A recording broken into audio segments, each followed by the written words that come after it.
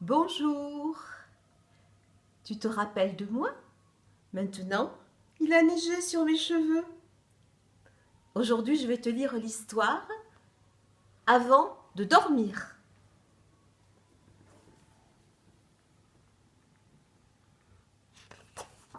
Avant de dormir.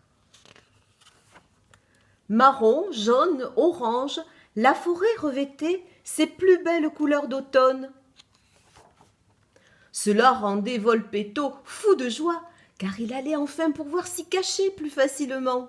En effet, il arrivait si bien à se camoufler parmi les feuilles mortes et les fourrés endormis que Lino ne parvenait à l'attraper que lorsqu'il sortait de sa cachette.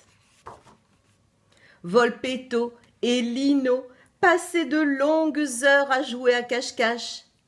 Et quand leur jeu se terminait, ils couraient se rouler dans les feuilles dont le doux craquement les amusait beaucoup. Oh, c'est comme si les feuilles riaient avec nous, disait Lino. Mais malgré la joie et l'insouciance de ces moments, Volpetto humait déjà dans l'air ce parfum d'hiver qui ne présageait pour lui que tristesse et solitude.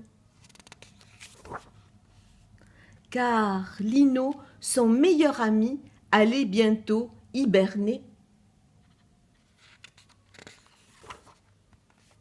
Dis Lino, cette année tu dormiras un peu moins, pas vrai?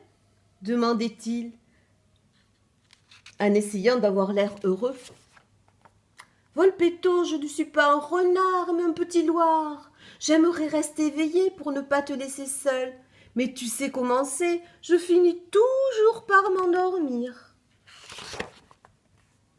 Volpetto aurait tellement voulu trouver un moyen pour que Lino ne soit pas pris par le sommeil. Et si je demandais à l'hiver de ne pas éloigner le soleil pour qu'il fasse moins froid? Et si j'arrivais à faire pousser des fruits des bois, même en hiver? Et si je faisais plein de chatouilles à Lino pour qu'il reste éveillé?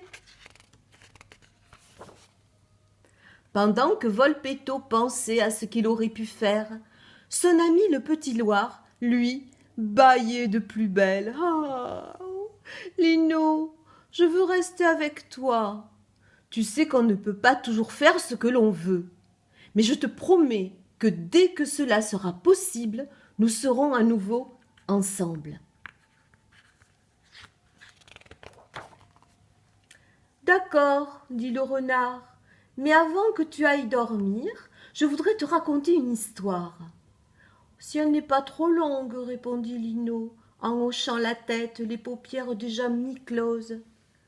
Volpetto se mit alors en boule pour que son ami s'installe confortablement au creux de son pelage, tout doux, et puisse enfin l'écouter.